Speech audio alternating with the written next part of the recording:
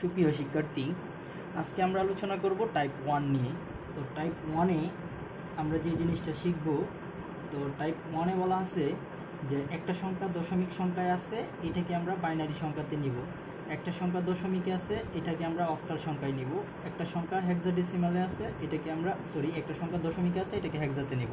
অর্থাৎ আমি তোমাদেরকে এই জিনিসটা শেখাবো, অর্থাৎ দশমিক থেকে বাইনারিতে যাওয়াটা শিখাইলে তোমরা অবশ্যই দশমিক থেকে অক্টাল এবং দশমিক থেকে হেক্সাতে যেতে পারবে। তো তোমার যে জিনিসটা মনে রাখতে হবে সর্বপ্রথম, এটা হলো যে ধরো এখানে একটা সংখ্যা আছে 25.05, হ্যাঁ, তাহলে এটা কি সংখ্যা? দশমিক সংখ্যা। এখান থেকে তুমি কিসে যাবা? বাইনারি সংখ্যায় যাবা।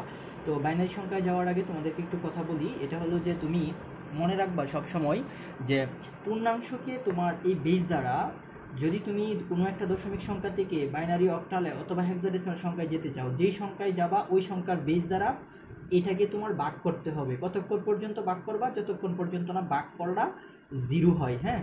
আর এইটাকে তুমি এই এলএসডি দ্যাট মিনস এই যে ভগ্নাংশকে তুমি গুণ করবা যতক্ষণ পর্যন্ত না এটা পূর্ণ সংখ্যা আসে এক্স্যাক্টলি।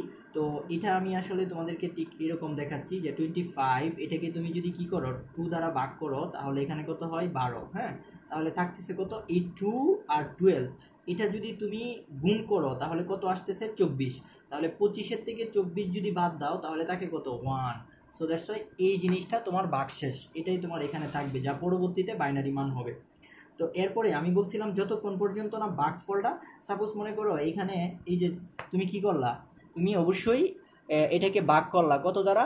সাপোজ মনে করো এই যে 25-এ তুমি ভাগ করছো 2 দ্বারা, তাহলে তাকে কত? 12, তাই না? তাহলে এই 12টা তুমি এইখানে লিখছো। আর এই যে পয়েন্ট সামথিং আছে, এটা ধরার দরকার নাই। এখন তুমি এই যে 12, এই 12 × 2 গুণ দিলা, কত হলো? 24।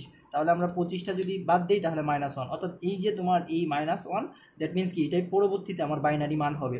এইটা এইভাবে রাখতে হয়। This is the process. তুমি বাকিগুলো তুমি নিজেই করে ফেলতে পারবা। তারপরে কি আছে? তারপরে এটাকে আমি আবার 2 দ্বারা ভাগ করব, যেহেতু এটা 0 হয় নাই। তো এরপরে আমি কি করব? এখন এই 6, এটা আসতেছে 6, আবার তুমি এখানে যদি ভাগ করো তাহলে আসতেছে কত? 3, তাহলে এখানেও 0। আবার তুমি 2 দ্বারা ভাগ করলে এখানে আসতেছে কত? 1, আর এখানে আসতেছে 1, ঠিক আছে। তারপরে আবার 2 দ্বারা ভাগ করলে এইখানে 0 আর এখানে 1। এখন এখানে একটু কথা বলি, এটা হলো যে বড় সংখ্যা দ্বারা ছোট সংখ্যাকে ভাগ করলে ভাগফলটা 0 হয়ে যাবে এবং ভাগশেষটা এটাই থেকে যাবে, হ্যাঁ। তাহলে আমরা এটাকে এমএসবি এবং এলএসডি আকারে সাজাই। এখানে এটাকে বলা হইতেছে, এই যে এই বিটটাকে বলা হইতেছে এমএস, তারপরে হলো বি, আর এই বিটটাকে বলা হইতেছে এলএসবি।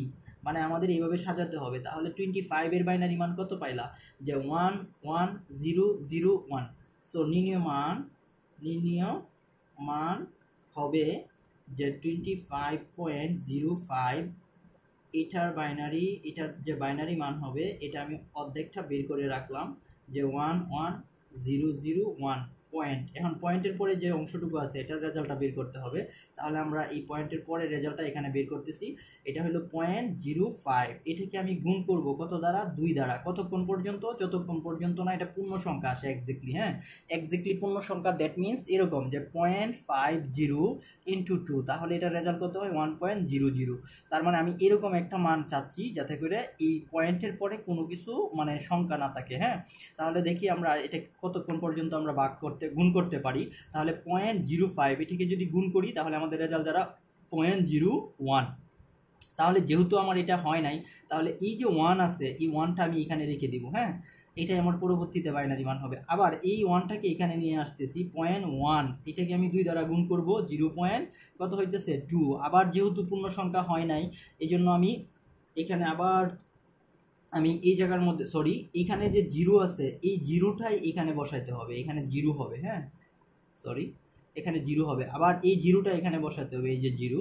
তারপরে 0.2 রে আবার 2 দ্বারা গুণ করতে হবে, 0.4, এখানে আবার 0 বসবে।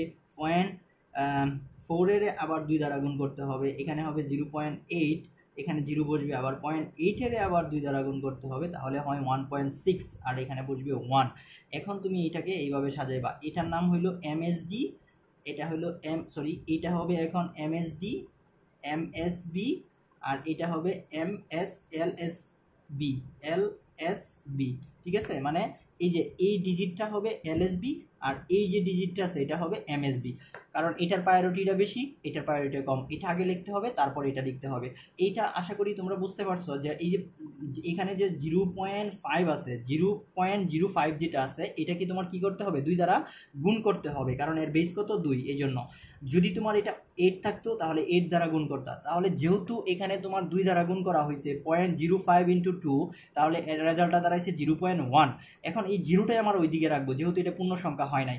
তবে এইভাবে আমি পূর্ণ সংখ্যা অন্তত পক্ষে 5 বার গুণ করব, 5 বার গুণ করে দেখবো যদি পূর্ণ সংখ্যা না আসে তাহলে আমার এই ভ্যালুগুলো এইভাবে রেখে দিব, 0 0 0, তারপরে কত 0 এবং 1। এখানে যেহেতু আমি বলছিলাম যে এখানে এক্স্যাক্টলি পূর্ণ সংখ্যা হতে হয়, তাহলে এক্স্যাক্টলি পূর্ণ সংখ্যা যেহেতু হয় নাই, পূর্ণ একটা সংখ্যা আসছে পূর্ণ সংখ্যা, তো এটা পূর্ণাংশ, এটা ভগ্নাংশ, তবে এটা এক্স্যাক্টলি পূর্ণ সংখ্যা হয় নাই, যার কারণে আমার কি করতে হলো যে এখানে আমি ডট ডট দিয়ে রাখবো। এটা কখন যে মিলে আমি জানি না, হ্যাঁ, তাহলে এটাই তোমার আনসার। মানে এইভাবে তোমাদের কাজগুলা করতে হবে। তো আশা করি তোমরা বুঝতে পারছো। তো এই যে তোমাদের ভগ্নাংশের কাজগুলা, এটা তোমরা এভাবে বাসায় প্র্যাকটিস করো, আশা করি পারবা। হ্যাঁ, তাহলে এখন আমরা অক্টাল সংখ্যায় যাব, কোনো একটা দশমিক সংখ্যা থেকে। তো চলো অক্টাল সংখ্যায় যাই, যে অক্টাল টু দশমিক, যে অক্টাল টু দশমিক মানে ডেসিমাল। তাহলে অক্টাল থেকে ডেসিমালে যাওয়ার জন্য যে কাজটা করা লাগে, এইটা হলো 1 2 3, তারপরে কত আছে, সাপোজ মনে করো 1, তারপরে হলো সরি ডেসিমাল টু অক্টাল হবে। আমরা তো কোথায় গেলাম, এখানে ডেসিমাল থেকে বাইনারিতে গেলাম, তাহলে ডেসিমাল থেকে অক্টালে যেতে হবে। তাহলে ডেসিমাল থেকে অক্টালে যাই আমরা, ডেসিমাল টু অক্টাল, অক্টাল, ঠিক আছে, ওকে। তাহলে এখানে একটা ডেসিমাল সংখ্যা আছে 1 2 3, এখানে আছে 1 0। তো এই সংখ্যাটা হলো অক্টাল সংখ্যা, এই সংখ্যাটা হলো ডেসিমাল সংখ্যা, এটা থেকে আমার যেতে হবে অক্টাল সংখ্যায়। তাহলে তোমরা জানো যে যেই সংখ্যায় যাওয়া লাগে এই সংখ্যার বেস দ্বারা ভাগ করতে হয় এবং এই ভগ্নাংশকে গুণ করতে হয়। তাহলে 1 2 3 এটাকে তুমি যদি ভাগ করো তাহলে কত আসে, দেখো যে 1 2 3 ভাগ হইলো 8, তাহলে আসে কত 15। তাহলে আমাদের এখানে 15 বসবে, আর এই 8 আর 15 গুণ করবা, 8 ইন্টু 15 গুণ করার পরে কত আছে 120। তার মানে তোমরা বুঝতে পারতেছো 123 থেকে 120 বাদ দিলে কত থাকে, 3 থাকে, তার মানে এখানে 3 হবে। হ্যাঁ, তারপরে আবার 8 দ্বারা ভাগ করলে কত হয়, এটা যায় না কিন্তু। হ্যাঁ, তাহলে যেহেতু যায় না একবার যাই, কারণ 8 দুগুণে 16 বেশি হয়ে যায়, তাহলে একবার যাই, 8 কি 8, তাহলে আমার থাকতেছে কত 7। তারপরে তুমি যদি এটাকে ভাগ করো তাহলে এখানে হচ্ছে 0 আর এখানে কত হচ্ছে 1। সো এখানে এই যে এই সিস্টেমে তুমি এই কাজটা করবা। তাহলে আমাদের রেজাল্ট কত দাঁড়াইলো, যে একটা দশমিক সংখ্যা এটা অক্টালে নিলে কত হয়, এইভাবে তুমি কাউন্টিং করবা। এটা হইব এমএসবি আর এটা হইব এলএসবি, ঠিক আছে।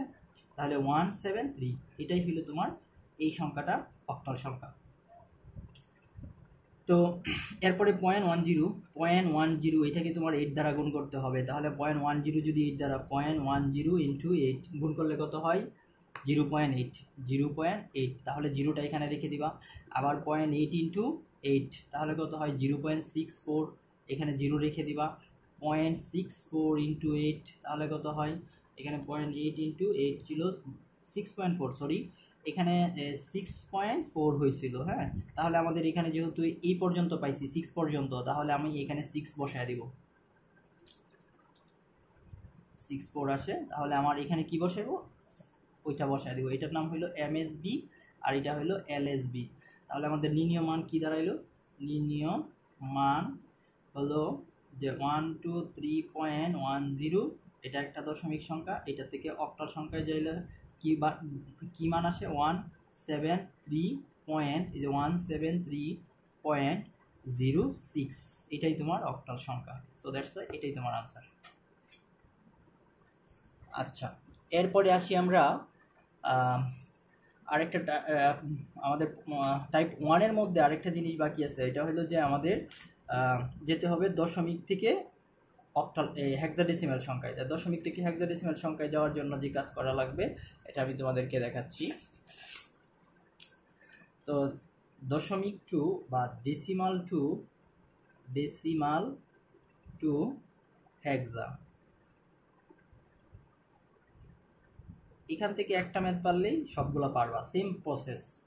যদিও তোমাদের সুবিধার জন্য আমি দেখাই দিচ্ছি। তাহলে ধরো 2500.10, এটা একটা ডেসিমাল সংখ্যা, এটা থেকে তুমি কিসে যাবা হেক্সাডেসিমাল সংখ্যায় যাওয়া।